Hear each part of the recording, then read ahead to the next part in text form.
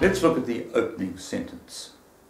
The opening sentence is very important, and there's some very good examples of opening sentences. I'll give you a few in a few moments. It's the opening sentence that will catch your reader's interest. The opening sentence that will make your reader read on, that whets their appetite. And they think, oh, I need to know more about that.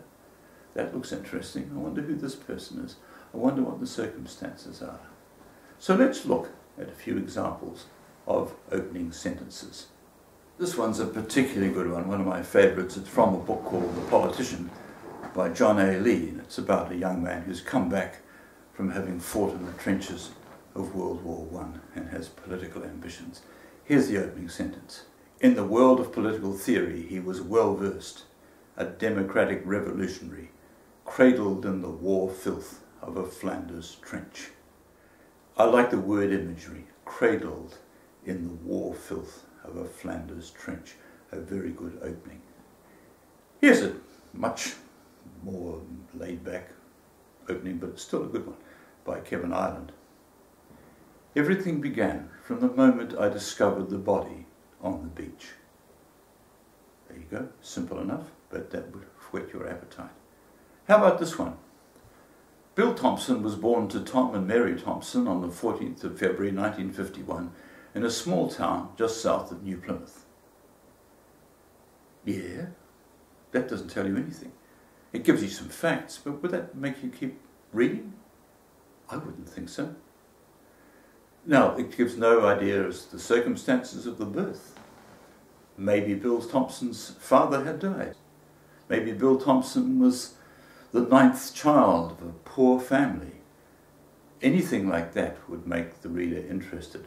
But a series of facts about the date and the place and his name, that can be revealed as the book goes along. But your opening sentence has got to grab people.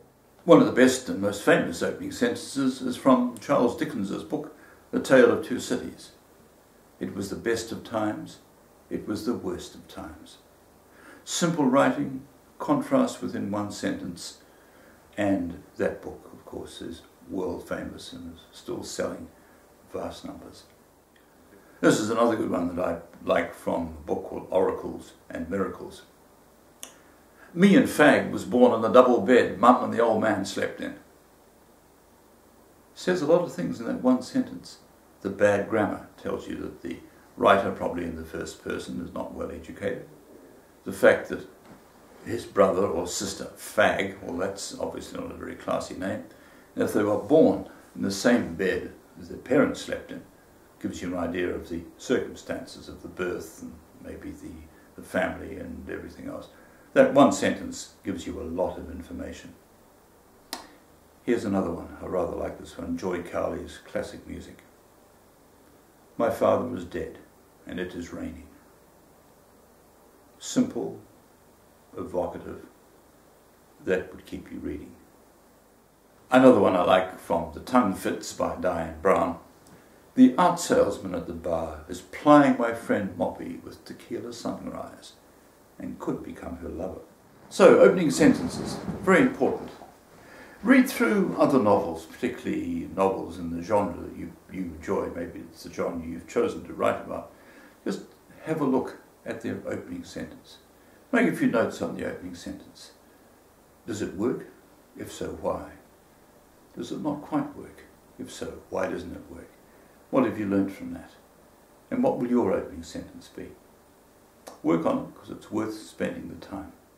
An effective opening sentence will not only catch your reader's interest, but once you've written one, curiously enough, that will motivate you to keep going, because that will spark your enthusiasm a bit more, and away you'll go with your opening sentence. So there's some tips on how to get started. In my other videos, I'll be talking about other areas like character development, plot development, and so on. In the meantime, if you want to be a writer, keep writing. Good luck.